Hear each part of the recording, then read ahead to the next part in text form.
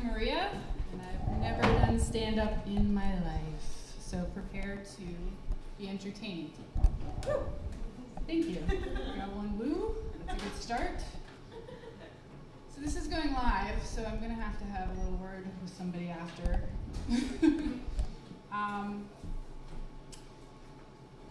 I came here tonight to do stand-up, but actually got a job here, so I'll be doing that as well. You know, kind of two birds with one stone. We're still hiring. Two of my friends showed up, you know, maybe they want to get a job here too. Liz and Allison, my biggest fans. So, because I'm working here, I probably have to cut out some of my jokes, because I don't know. No? I can just let loose? Go ahead. Alright, I was trying to make a good impression, but here goes nothing. I'm in recovery, actually. I just celebrated 2 years sober, so that was really, really big accomplishment. My parents are like, get your shit together and get out of the house. So it's funny, in recovery, I was doing a little dating, which is not recommended by your sponsor, but I don't listen to my sponsor sometimes. So there's a huge difference between dating men in recovery and dating men not in recovery, what we like to call in recovery normies. On a typical date with a man not in recovery, a normie, the questions go something like this. What do you do for a living? What's your favorite color? What do you like to do for fun? What's your astrological sign? If you're in recovery, the questions go a little bit like this. What's your diagnosis? What kind of medications do you take? What rehab did you go to? Rehab now is like grad school. Anyone in this country who hasn't got a rehab hasn't lived. That's what I say. What rehab did you go to? That's a really good one. My brother went to that one a couple of years ago. This is what America is turning into. So my friend Allison's here, and I have to pick on her a little bit. I love her dearly. I've known her since 2nd grade. And her favorite, was it first or second? Second. Her favorite story to tell of the two of us as a child, as children hanging out, was the day of her birthday party, when her mom hired a pony. Yes, we are wasps from the North Shore. So they hired a pony, and you know, I've always been this height, you know, since yeah, it was really. Let me tell you, I think that's where the whole substance abuse thing came from. No, that would be my dad. So when we were little, her mom hired a pony for her birthday, and she loves telling people, because I've always been this height, that when I was riding the pony's back actually sunk a little, and my toes were being dragged along the ground. This is a memory I'd rather forget. But you know, it is very special. And also because our families, you know, worked their asses off and we inherited some money. Allison had the luxury of going to Italy this summer, and she told me this lovely story that I'm going to use. I'm stealing her material. She was in the hotel room in Italy, and she found a mint. How exciting. She found a mint on the floor, and she was like, oh my God, score. I found a mint in a fancy Italian hotel room. Come to find out, she goes to open it, and it's a square condom that looks like a mint. Apparently Italians have square penises. We never knew. So, what's up with the song Whoop-'em Condom Star? Is that what they're saying? Does anyone know what I'm talking about? Gangnam Style? Anyone? No? Okay. Well, maybe we'll skip that part. So I have a big crush on Justin Bieber. I don't know, just something about him. You know, I used to actually have a haircut that looked a little bit like him. Maybe that's where it started. He has such great fashion sense. Yeah, I have a thing for him. I don't know what it is. I don't know where this joke is going. I'm just kind of pulling things out of my ass at this point, and there's that. So, let's see, what else can I tell you about myself? Like I said, this is my first time, so bear with me. God, just so many things I want to say, and I feel like censoring myself. So my parents are going out of town this weekend. They're going to Mexico. My mom's so funny. She's like, I speak Spanish. And she goes, hola. And I'm like, Mom, that's not how you say it. I spoke Spanish for 7 years, but I still can't speak Spanish. So my friends that are still hanging around from this area, I grew up here, so we're all like, ooh, what should we do? Party it? Because I'm living with my parents. Woo! Also very exciting. What should we do while they're out of town? Let's reenact that high school party when everyone got wasted in the backyard and the cops came. Relive the dreams. God. So I just moved back from Florida. Florida is an interesting place. It's all drug addicts and elderly people, so there's lots of car accidents because people are either really bad drivers because they can't see shit and they're in their 90s, or they're hopped up on some crazy bath salts or something. Just accidents all the time. First, I moved back here and I'm like, really? Hurricane and a snowstorm?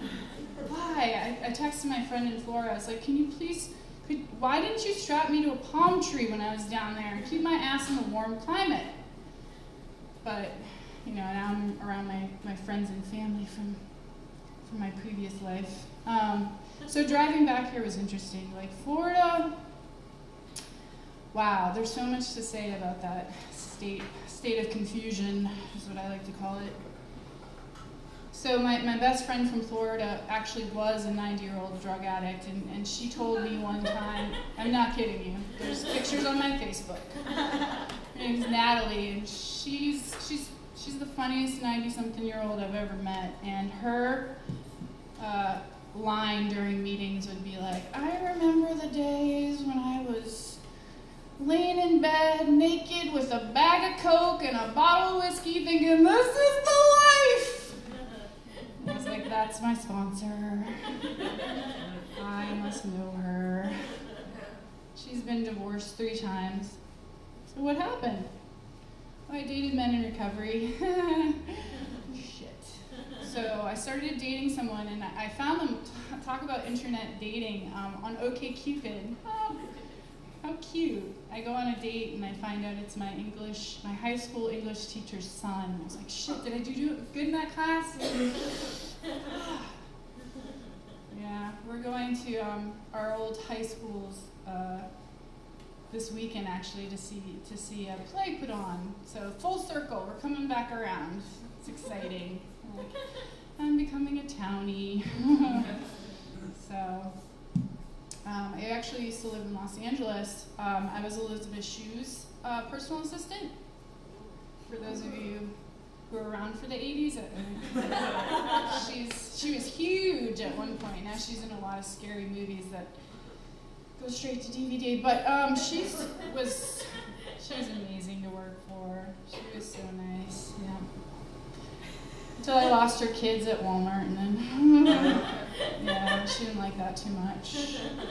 She actually, that's a true story, she didn't find out until the woman that was previously working for her, yeah, I lost her kids. This girl right here lost Elizabeth Shue's kids. I mean, that happened to me all the time when I was growing up. My mom lost me everywhere we went. I was constantly getting paged on some speaker at the mall. I was like, wow, somebody's looking for me. I'm like, I'm just shopping. I'm like 2 years old, like running around with...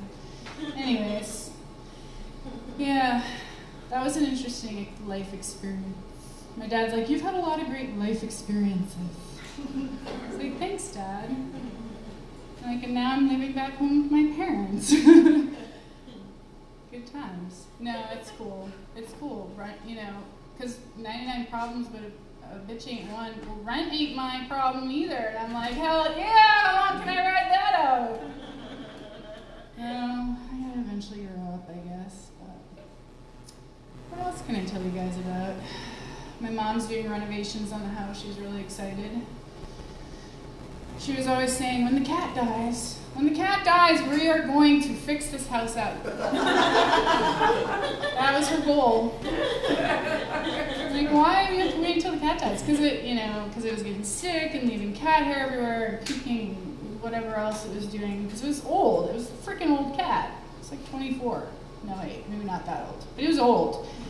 So she's all excited fixing up the house, and she's like, this year we're gonna have 2 Christmas trees. I was like, whoa, Mom, it's a little excessive. It's twice as many needles. You have to vacuum up. No, because we don't do fake Christmas trees for whatever reason. Yeah.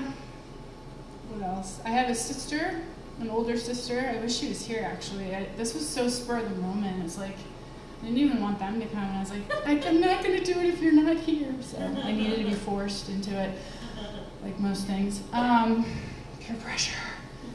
My sister is, she's an art teacher out in Portland, and she's built these really cool animals, and her side business is making toys with her boyfriend.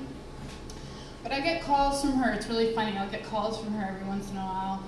I remember one time she called me, and she was like, oh man, I'm snowed in this cabin, and Lucas and I are on vacation, and like, it sucks, we can't, go skiing or do any of this stuff, we're trapped inside, and I'm like, I just got fired from my job, just got out of rehab. I was like, can you please stop? I don't feel bad for you at all. I love you, but I don't feel bad for you. And she teaches, and that's awesome, and she's great with children. The most recent update I got was one of her children just refused to do anything she said. They were just like, no, we're not going to do it. And she has a lot of students. She has like 31 students per class, and it's like all ages, elementary school, middle school. She called me up and she's like, the student just wouldn't do what I say. And I was like, well, what did you do? She was like, I told him to go to the principal's office and he wouldn't. He was misbehaving in class. And I was like, what about why didn't you just ignore him? She's like, because I tried to teach the class and he kept popping his head in. And while I was in Florida, back to Florida, I'm skipping around a little bit, but I was working at a treatment center. And I'm comparing these normal children that she teaches to my clients at the treatment center, okay? I was like, Alyssa, you're dealing with like a little kid that's just maybe a little rambunctious. I was like, I was working with drug addicts with schizophrenia, like they were bolting and like leaving the facility and just out of control. I was like, I don't know, I just don't have sympathy for you. And I was like, maybe I should come and like teach a class with you and I'll take all the bad kids, because I get it, I'm one of the bad kids and you're one of the good kids, right? And we'll just, tag team that shit. So I'm really lucky. My family's awesome, and they really supported me through all of my ups and downs. But no, I don't know. I have nothing else really to share with y'all. That was like my life story in a nutshell. So, wow, I can't believe I just... All right, first time, maybe the last time I'll be stand up. We'll see.